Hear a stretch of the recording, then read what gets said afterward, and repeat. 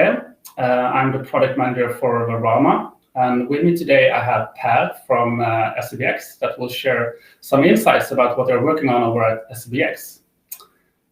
Just before I hand over to Per, I would just like to shortly introduce all of you that are new to Verama, what is Verama and how you could benefit as a business owner from being here.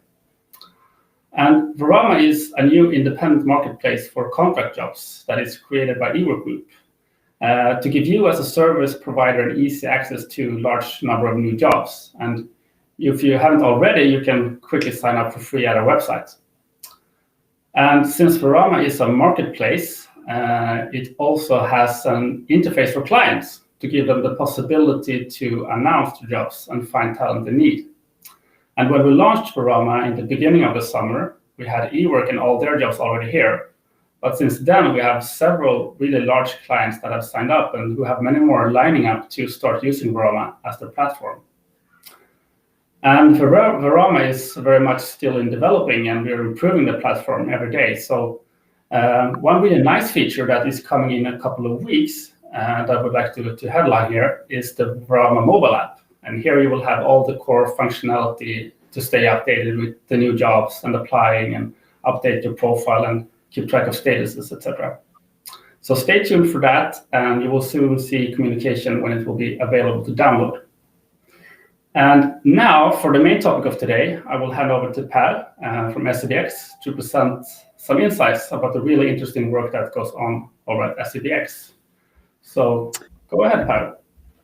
Great, thank you so much, Hampus, and thanks for inviting me to this webinar, and also thanks to everyone who's joining here today and taking close to an hour out of your busy schedule to listen to me. And I think it's I'm glad we have this collaboration together with Verama. We have a joint purpose in helping solo business owners. Super briefly about me before jumping into the presentation. I started as a commercial lead here at SEBx a little bit over 6 months ago, and I don't really have a lot of backing experience. I spent 10 years at Google before joining SEBx, and my background is very much in corporate innovations in many different roles. So I thought it'd be really exciting to join SEBx. I actually joined Google back in it's a long time ago, 10 years ago, and at a time where Google was only a consumer company, and I was joining a team that was supposed to be challenging Microsoft, so with what is now being called the G Suite. And this was at the time when the cloud was very scary, and actually no one internally at Google understood like why are we even going after this opportunity? We are a media company and we're focused on media spend and things like that. So it was a truly sort of incubation mode at Google, and quite an interesting journey. And now sort of in somewhat of the same setting here within SEBx. So looking at the agenda for today, just briefly go through some of the changes we're seeing into the banking industry, the reason why we started SEBx, and how we're approaching problem solving. Switch gears a little bit to talk about an initiative that we did within COVID-19 and how we're approaching that, and the initiative we have to help solo business owners. And lastly, just a sneak peek of the innovation that's coming out. So there will also be quite some time for Q&A, so feel free to add your questions, and I'll make sure we cover as many as possible of those questions. But before jumping in, we want to get a sense for who we have on the call here. And let me just launch this quick survey. So if you could please take your time and just answer this quick question, we'll get a sense for who's joining.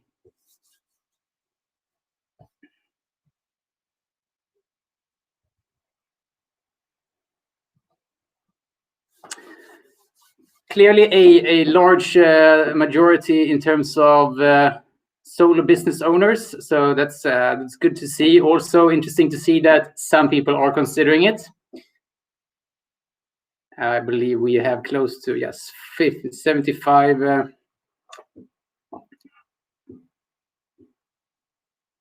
All right, we will just stop the voting there for a second and share the results. So here's what it's looking like.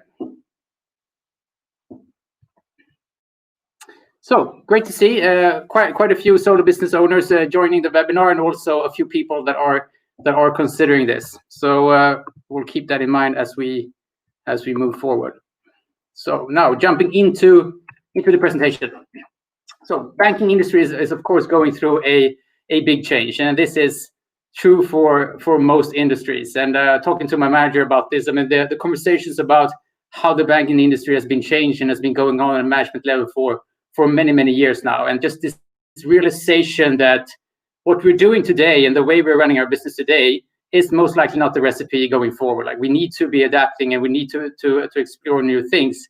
And I think what's really interesting about the banking industry, and also one of the reasons why I decided to jump on this train, is just the complexity of everything that is happening. There's a lot of innovation with open banking.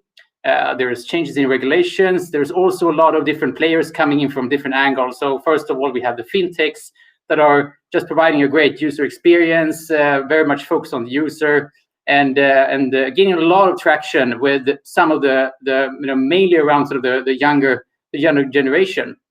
Here's just an example of insights from the UK, where millennials, a third of millennials, are saying that it's a challenger bank or a neobank is actually the primary bank, which is very interesting. I mean, most of us, or some of us at least, have a multiple bank relationship, but maybe not sort of but there is usually one sort of primary one. And I think this is a very interesting data point in terms of the amount of traction that these new entrants are getting.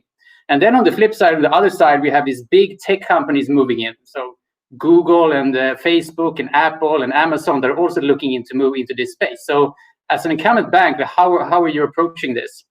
It's quite an interesting question.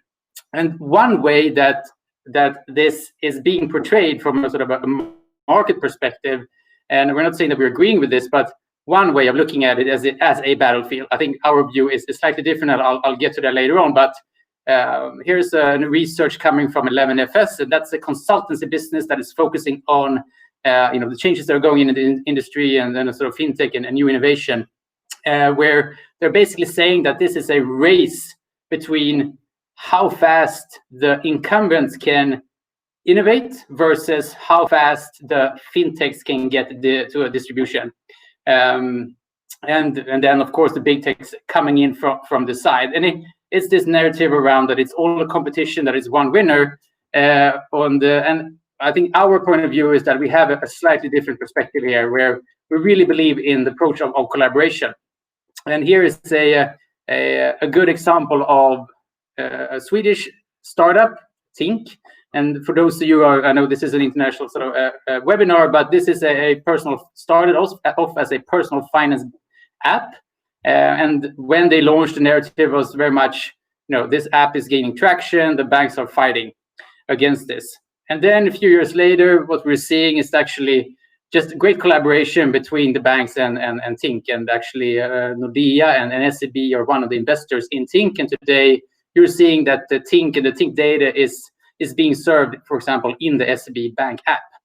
And now, I think it was maybe a couple of weeks ago, Tink actually announced that they are sunsetting their consumer app, which really sort of creates a sort of full circle in terms of the collaboration with the incumbent banks. So only focusing on the B2B offering going forward. Just a very good example of the collaboration between banks and fintechs. And also looking back at the big techs. So these big companies are starting to offer financial services, but on the back end of that, there is still traditional financial institutions that are providing those services. So Google, for example, is probably not interested in sort of building their own financial tech and managing regulations and all of that, but very much interested in providing a consumer offering, and also more importantly getting that data, financial data that we'll get from those offerings. So once again, good example of collaboration between banks and new players. So then looking at SEBx and our approach. So this SEBx started as a strategic initiative. It's now close to 2 years, a little bit over 2 years ago. And the fundamental thinking around SEBx is to how can we merge the best of sort of a startup mentality with sort of the benefits of being leveraging the knowledge of the bank and the trust of the bank, the licenses of the bank. SEB has sort of over 160 years of experience. How can we sort of maximize the value of that while still combining it with sort of being nimble, being user-centric, and actually legacy-free. So today we are a team of a bit more than 50 people. We are sort of somewhat in a dedicated part of the organization, reporting into the CEO, and we're essentially building a bank from scratch. So we are doing this in the cloud with the very latest technology, and our approach is always, and we're almost in all aspects, sort of starting from the ground up and doing this in the right way. So let's jump forward a little bit. Here we go. So we have two dual purposes. One is to see there's some formatting changes here. One is to build new products, and one is to explore new tech. And when it comes to exploring new tech and being sort of one of these X initiatives within a bigger company, there's just so many ways that you can approach this. I think what was really important to us is that we want to make sure that we don't just explore tech for the fun of exploring new tech. There is just so many ways. For example, you can play around with AI or go into the cloud and try different things in a sandbox. We really want to make sure that we are really providing business value, and the tech that we are exploring can be applied and exported into the bank overall. So the way that we set up SEBx was to start with one venture, first of all. So we're building a venture. That venture is Unquo, and we'll talk about that later. A venture that should be able to stand on its own two legs. So it's own P&L, and just making sure that we can an own set of customers under a different brand, and that the tech exploration is supporting that venture. So we are sort of driving the tech exploration by launching a new business and really doing that in a full-scale way, as if it was a completely separate business from SEB. So that's the thinking of our dual purposes. And when it comes to building new products, the way that we are approaching this is in different ways, and we'll get into that. So the first thing we started off with, what are we going to do here? And we zoomed in on a specific audience, and we want to make sure that we build the best services for one specific audience, and we start with that audience and work our way backwards. So we were decided on what we define as solopreneurs. And a solopreneur, it's a bit of a made-up word, but what it means is the type of entrepreneur that is not looking to build a big business or to add more headcount to the company and maybe do an exit later on. It's more a type of individual that want to be their own boss, that want to work with their passion, and that want to be sort of a free consultant or run their own business, mainly because of the flexibility that this is offering and the opportunities to just be an entrepreneur on your own. And this is quite an interesting audience in many ways. And of course, some of you that are joining, that you are solopreneurs. And my realization after having worked with this target audience for quite some time now, I think I'm just overall impressed by the approach and the attitude and just the willingness to put a lot of work in to be on your own. And some of the researchers that we have done are saying that this audience is currently spending a lot of time on financial hassle and admin. When you're making this choice to be on your own, so you can work with your passion.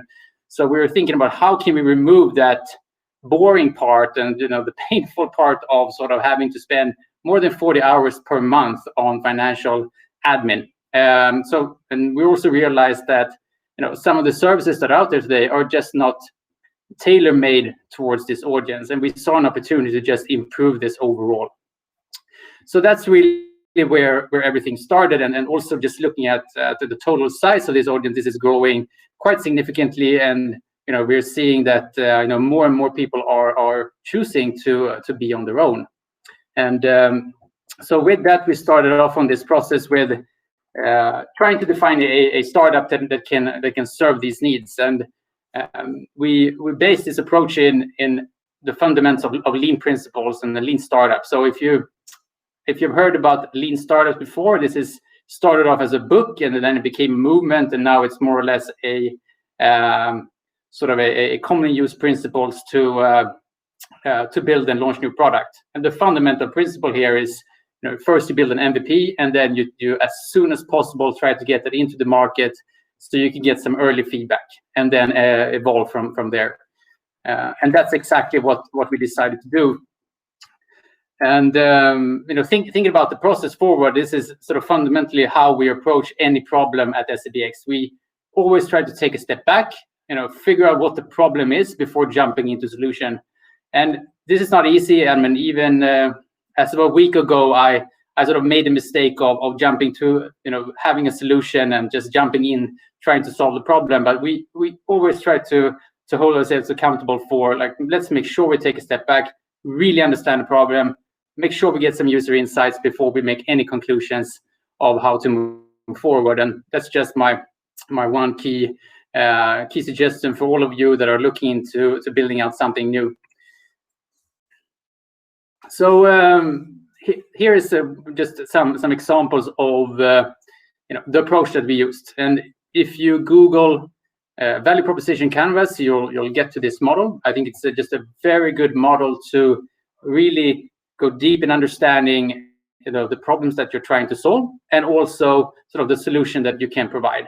And the output of all of this is a sort of value proposition for the customer. And we sort of keep going back to this model. So we started here by really looking into sort of what are the customer jobs, basically what is the customer trying to achieve, what are the pain points related to achieving that job, and then what are the gains. And the gains are rational or emotional. And then what can we provide here? What are the specific features and pain relievers that we can offer, and what are those gains? So this is just a very good model that we're using, and highly recommended for anyone who would like to revisit the current offering, or maybe look into expanding into a new offering. And then from that we went into prototyping mode as soon as possible. So 2 weeks in after having this first workshop, let's make sure we get some early customer feedback. And here is some early mock-ups of the very, very first prototype that we created. I believe it was called Solo Bank at the time. And as always, when you do these types of customer feedback sessions, you're getting brutal, honest feedback, which is always good. And it's just mind-blowing how often you are wrong in terms of your assumptions. And here's just a case of the feedback that we got for our very first prototype. Yes, this first thing looked good, but some unclarity on what different things mean. Some nice features. These things I don't even understand. I'm not looking for, and then continue to iterate on that. So today we have done several hundred user interviews, and we have this regular cadence on a bi-weekly basis where we are building something new, putting in front of users, and then directly getting customer feedback. And this goes for the product, it goes for things that we're doing in terms of marketing activities as well. So always starting with the users and that feedback.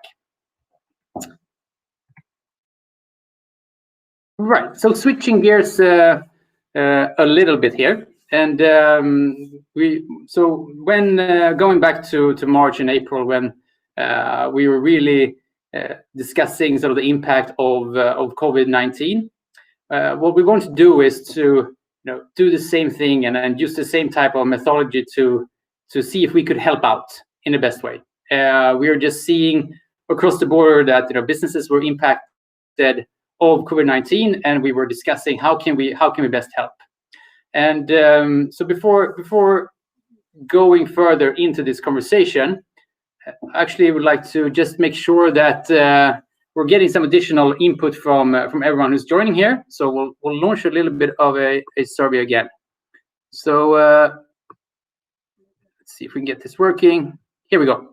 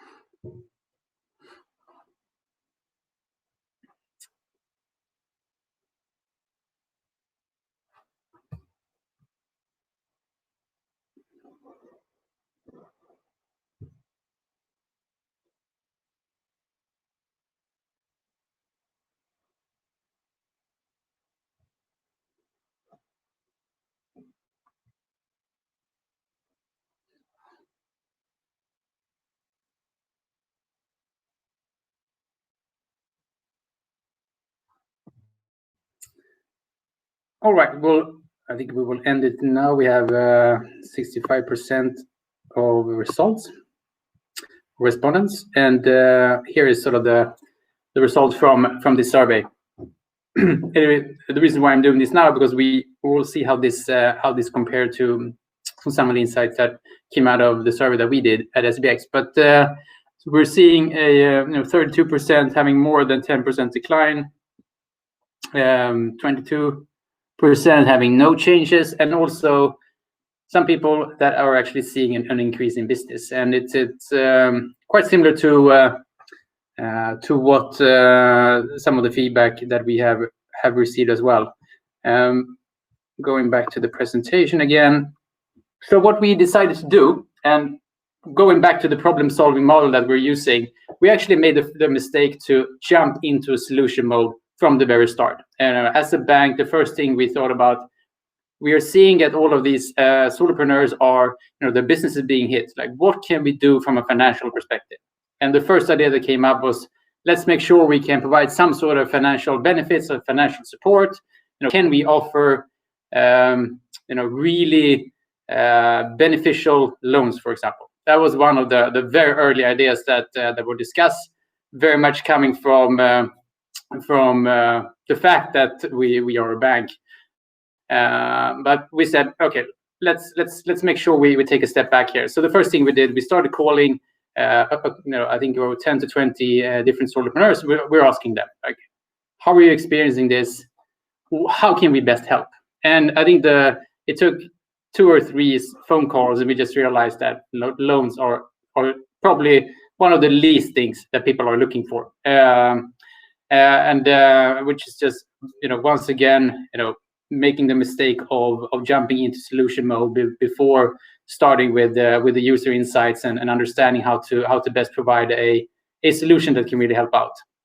So the conclusion from that was, okay, let's take a real step back here and see if we can and survey a large volume of solopreneur businesses to really understand, how they're doing, how they're approaching this pandemic, what are the type of things that they are looking for in terms of help. And this research was done in Swedish only, so I apologize in advance here that we'll show you guys a few Swedish slides, but I'll translate this in Swedish. So here was one of the first questions. So what are the type of the type of help that would sort of get you through this pandemic? And what was really the key takeaway here, so once again we had over 400 respondents, is that the key takeaway is that I usually sort of rely on myself to get through this. I'm not expecting a lot of help from anyone else. Same here when we're talking about the financial support, like where do you go for financial support? The very vast majority relying on their self. Very maybe friends and family, but the bank, quite a few, and the government, even fewer. So big sort of wake-up call for a bank, of course, but also speaks to the courage of all these solopreneurs out there. And I think it's when we were talking to them, it's just impressive in terms of the positive approach that we heard. Like, I'm going to get through this. I'll evolve. I'll find new things, and just being very sort of flexible and open and resilient in just making sure that they're powering through this as pandemic. And I think that was just overall just very inspiring to learn and to hear about. So what we did lastly, we also asked them about what are the things you're doing right now to get through the pandemic, and we want to capture tips and tricks that we could potentially share with other solopreneurs. So here are some of the examples where we're seeing that they're asking for asking their existing customers and giving them an offer to refer new customers. They're evolving their product offering, trying new products, and we also have cases where they're digitizing their existing offering to be able to scale, or working pro bono just to sort of keep providing value to their customers. So with all of that, what we decided to do is, how can we best help an audience that are really relying on themselves to get through this pandemic? So we were thinking about what can we do to actually help this audience help themselves, and the solution became a community on LinkedIn, where we wanted to do three things. One is to make sure that we can enable solopreneurs to help themselves, enable solopreneurs to help each other, and also to share best practices. So today we have close to 1,200 people that have joined this group, and it's been really interesting seeing this coming alive, from starting off with just as people from SEBx posting relevant content, to actually seeing this evolving into something that is more of a community. And I think that's just it's a hard thing to do, to go from being sort of a channel where you're communicating to actually getting people to engage. But it's just great to see that we are now just on a continuous basis seeing people go into this audience, asking questions and getting help from other people. And today this is actually the largest group on LinkedIn on this topic. And the way that we did this, first of all, we made sure that we can bring in the experts that we have to our disposal. So we started off by bringing in our own experts, where we, as you can see here, we not just sort of the experts that we have that are specifically focusing on financial matters, but the very first person we brought in was Deeped here, who is recently started at SEB, but he has been a solopreneur for over 10 years and just sharing his thoughts on this pandemic, and this was very much appreciated. And then we started bringing in our own sort of economy experts that were specifically talking about what are the current challenges and just tips and tricks only for solopreneurs. And then we decided, let's make sure we can sort of scale this further, and we brought in experts from Deloitte. So if you were to join the community today, you will probably see that there's more than 20 different videos where we have brought in experts from Deloitte that are, and they have sharing videos there where they're specifically answering questions that are relevant to the financial matters and the financial challenges of solo business owners. And we also use this as an opportunity to help solo business owners understand all of the changes that are coming. If the government is proposing some changes, or there's a new crisis package, like what does this mean? And all of these things have been sort of captured in these videos overall. And lastly, what we wanted to do, and I think this is something that was also highly appreciated, we want to make sure that we elevated everyone in this group. And so what you'll see if you go into this group is that we have been presenting a lot of solopreneurs and really sort of starting the conversation between everyone in the group. And here's just an example where a few of the people that we interviewed and that we sort of promoted also here in other groups, and that was highly appreciated. So we heard when we started asking, how can we best help you? One of the asks that came up, I need more business, I need more contacts, and the initiative then was to let's make sure we can introduce each other that are in this group, and try to make sure that we can expand our networks and sort of build a connection here. So that was one of those really good things. And so the group is called Solopreneur and the COVID-19 crisis, if you're searching for this on LinkedIn.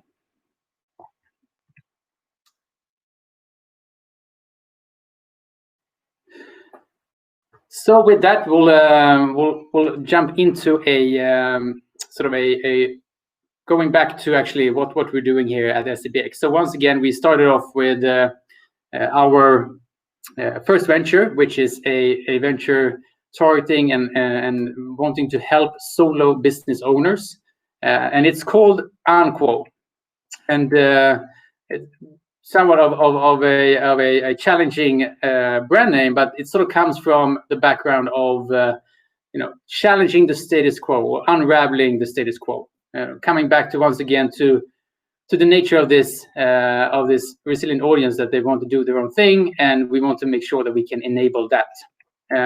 So the brand promise is making sure we can unlock the world's talent. So really enabling everyone who's starting their own business to be able to focus on the business and what they love, and not spending over 40 hours per month on financial hassle. So that's what we're aiming to do. And currently we are at the stage where we are building a first version of this product. It's still labeled as a beta product, but I would say that it's a very much a product that is very close to be 100% ready. I think it's, if we were not in a bank or not in a corporate environment, this product would have been launched a long time ago. But we are making sure that we are following we have a very, very high standard in terms of everything that is related to this product. And today we have a bunch of customers that are already using this. There is an entire team of customer support people that's available if there are questions. And so there is absolutely, feel free to try this out. And just to give you a little sneak peek of what this product is doing. So one of the key insights of starting with the audience first is that we identified a couple of problems that are truly unique in terms of the financial challenges that solopreneurs have. And one of those key challenges is the fact that you have two different economies. But because you're a solo business owner, these economies tend to be very much reliant on each other. And in some cases, we're seeing that there is a blur in between, and there's just a lot of anxiety and uncertainty in terms of what happens if something goes wrong with my bookkeeping on a business. It's directly impacting my private economy. So what we want to do is to bring a new way of thinking about managing your economy and your finances as a solo business owner. So instead of having two completely separate views of your finances, we have created one UI and one solution to manage all of this. So it's a solution that will cater for both your business and your private life. And the way that we are doing this is starting off with one card. And so not having multiple cards for one for business and one for private, and then sort of getting costs mixed up. We have one card for everything. And I've talked to some of the users that are going from having, I think one said 8 cards to just one. And so the thinking here is, when you're using this card, you can select before you're making the transaction if this is a business transaction or if it's a private transaction. And if things goes wrong, or if you sort of forget to select the right one, we can always change that afterwards. So that's one of the benefits. And here's what it sort of looks like. It's one UI, and you can easily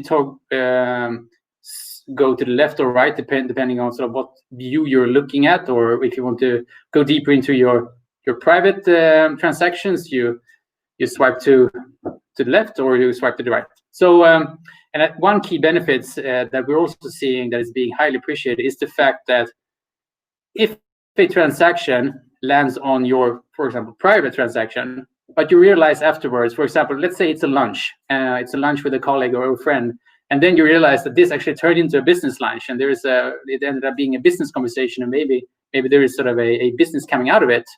You can swipe this cost into your business account. So you have the flexibility to swipe costs back and forward between these two economies, and always making sure that the right costs end up in the right place. And this is also something that we've heard from many users saying that it is really a hassle. If something ends up in the wrong on the wrong card or the wrong banking account, it can take a couple of days to make that correction. In many cases, you just don't do it because it's just too much work. Or there are these sort of smaller costs that you just tend to put on your personal account that is actually related to your business. One user that we're talking to said that he was afraid of losing his bank accounts, or his business accounts, or business cards, just never brought it with him, and it just ended up paying a lot of his business expenses on his private account. All of those different types of hassles that are that happen when you have this type of economy that is tightly intertwined. And also worth mentioning, and the way that we are approaching this is also to, we want to make sure we save some time here. So because we have all these transactions, we can also automate some of the bookkeeping of those transactions. So we're not a complete sort of bookkeeping tool, but what we do is when you select, for example, a business transaction, you will be prompted to take a photo of that receipt, so that's being captured. And then at the end of the month, what you will get is a report where all your business transactions have been sort of kept under the right account, and the VAT has been calculated. So we're saving you a lot of time in terms of keeping track of all your expenses and making sure that they're prepared for your potential accountant, and we're saving some time for that accountant. So that is sort of once again, we don't do the entire bookkeeping thing, but what we do is we create accountant-friendly sort of reports that can be just sent to an accountant, or if you're using a bookkeeping tool, you can it's all been categorized in the right way, so you can easily just sort of add it to your bookkeeping tool. So saving everyone just a lot of time. And that's and also this is a card. It's a charge card where you so it's not actually connected directly to SEB, and I think this is just really important to point out. There is no requirement here that you are an SEB customer or that you become an SEB customer. So, but this is just a charge card that you use, and you get an invoice at the end of the month, and you pay that invoice. So no connection back to SEB specifically on that matter. So today what we have is the option to sign up for this product. We will make sure that if you're signing up now as sort of getting early access, that this is the current state, and what the features that are currently in here will be free as long as you're using the product. We will be adding more options that you can pay for at a later stage. But if you're signing up, there is you don't have to be afraid that there will be a charge to you at some point later on. So if you're signing up, it is free, and you can do it today on anquo.com. So that was lastly, once again, if thanks for your time and thanks for listening. If you have any questions for me directly, feel free to email me. If you're interested in joining the LinkedIn group, you will find it. The easiest way is to search for it, Solopreneur and COVID-19 Crisis. And if you're looking for more information on Anquo, feel free to log on to anquo.com. So with that, we'll see if there are any questions that have come up during this session.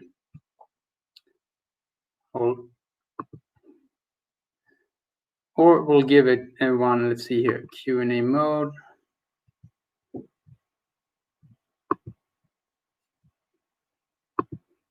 Just seeing if there are any questions that are coming in. Looks to be no questions at this point. So with that, I will just once again thank everyone for your time, and feel free to reach out if there's any follow-up questions at the later stage. Thank you so much. Thank you very much, Per. Thanks for sharing, and thanks for all of you who participated today and listening. We hope to have more webinars coming up, so I hope you will also attend those in the future.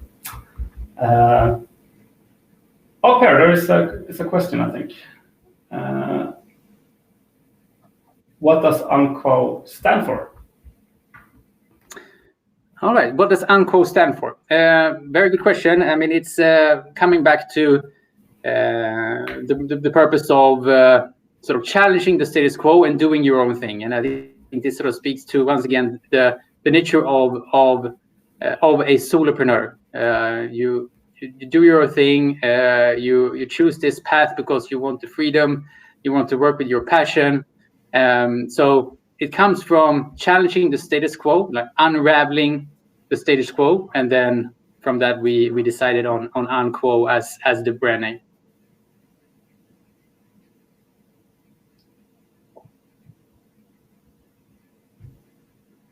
Any other questions?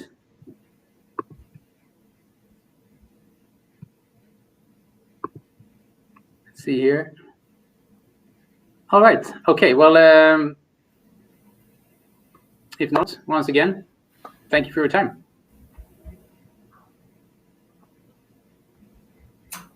One last question popped up. Okay, great. Just wondering Let's see here. what the bank, what bank the card is linked to. I think you answered, but you can repeat it. Yeah. Once again, I mean, this is we are not connected to any bank, so you can use this card or sort of this solution if you have any type of bank. So there's no connection to SEB, and there is no need to be an SEB customer. It's a charge card.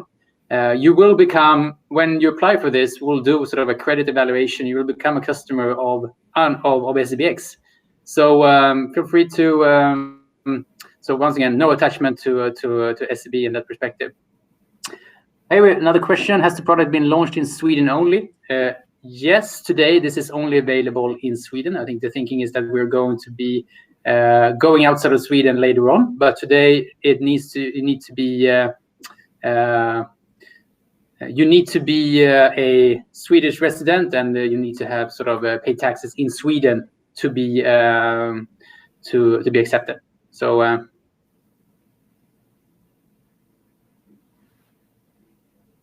and there's a question whether we got the idea from another initiative out there from Mozilla, and no, that is not the case. We this was just really based on insights and just trying to capture the essence of this audience that we're going after to help. So see if there are any other questions coming in.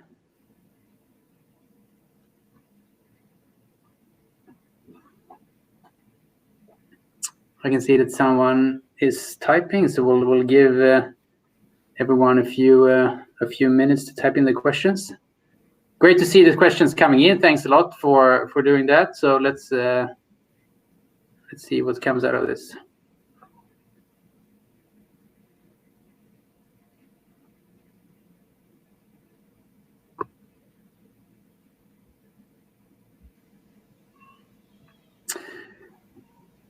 All right, so here's a question. I signed up for Solopreneur today. What can I expect from the network? I'm not quite sure if I fully understand the question. Is this related? If this is related to the Solopreneur community, what will happen is that we will be approving and letting you into that community, so you can get access to all of the content. If you're signing up for UNQUO, what will happen is that you will be invited to the beta program, and then there will be you'll need to get access to the app, and then you can apply for the card in the app. So I guess that covers the two scenarios that we have here. There are a previous question I don't think we answered. What is the similarities and differences to Revolut? Yeah, very good. I mean, I think Revolut is an impressive company in many ways. I think what we are doing here is that we are, Revolut is a they have many different offerings. It's private, it's business. What we have done here and what we are doing is really focusing on the unique needs of solo business owners, and that is our only focus, and we'll continue to sort of add features and products that can help solo business owners. So if I were to say it's the key difference is that Revolut has sort of a broader offering, and there are different offerings depending on if you're joining them as an individual or if you're joining them as a business. For us, it's we have just one focus, and it's just enabling solo business owners in the best way.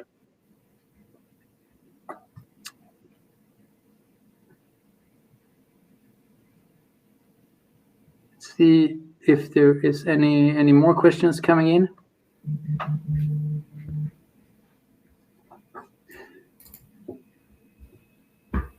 How do you plan to support solo business when they expand their business and grow? Yeah, very good question. I mean, once again, I think it depends on sort of how we're defining growing the business. If you are a solo business owner and you have these problems that we're trying to solve, I think Unquo is the right solution for you.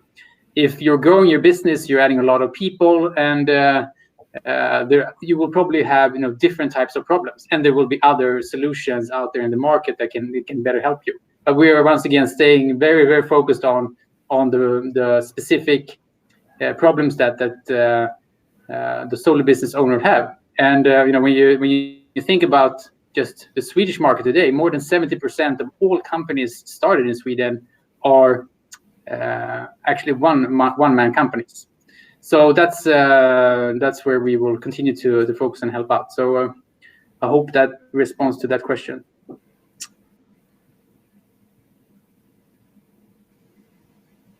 Can you repeat the benefits of the card? Sure. So when it comes to the card, this is a charge card, and today, and there are no sort of points or anything in terms of the card. I think the main benefits of the card is that it's one card that can cater for both your private and business expenses. So it's just one card, and you can in the app change the settings. You can choose at the point of transaction what type of transaction is it, and if you choose that it's a business transaction, you will be prompted by taking a photo of that receipt. So you capture that receipt, and when that transaction has been registered, we are also calculating the VAT. We are bookkeeping it under the right sort of account number, and just preparing this transaction to be sent to sort of your bookkeeping accountant or any bookkeeping tool. So that's the main sort of thinking around the card. And once again, this is we are in a phase where we are still evaluating and capturing feedback from all our beta users. So what you're seeing today is a version of this offering, and we will continue to evolve it going forward. So any ideas and suggestion for how we can improve on this, and things that you're looking to see from the card, that would be that's always things that we take. That we value a lot, and that we appreciate that type of feedback. Are you considering connecting Unquo to Kivra for receipts? More easier than taking photos. That's a great suggestion. We are absolutely thinking about sort of where Unquo fits into the overall ecosystem, and looking at how can we collaborate in the best way with other players out there. Kivra could potentially be one of them. There are other types of offerings out there that are also helping this audience, and we want to make sure that we collaborate with other partners as well, and find our sort of natural place in that ecosystem. But currently, Kivra is not there's sort of not in the plans, but great idea to think about. What do you think or plan to make Solopreneurs as a website? Let's say, do you think or plan to make Solopreneur as a website outside of LinkedIn? So the way that we are thinking about the current LinkedIn community is that when we started the community, we said, and this was in April, we said we'll run this community until after the summer. The assumption was that hopefully after the summer things will be looking better, and that was what it was looking like during the summer. So we saw sort of less and less engagement and less people sort of joining the community, and we were thinking about, should this evolve into something else? Right now, when we're seeing everything sort of accelerate again, we are now rethinking again, like how should we approach the community? Should we just continue it as is, or should it evolve into something else? So we haven't really decided on that yet, but we just want to make sure we help as much as possible. Okay, so I'm getting some good feedback here. Great. Thank you for all of your questions. Let's see, see that there is more questions coming in. Roberto, thank you, Roberto. Appreciate the feedback.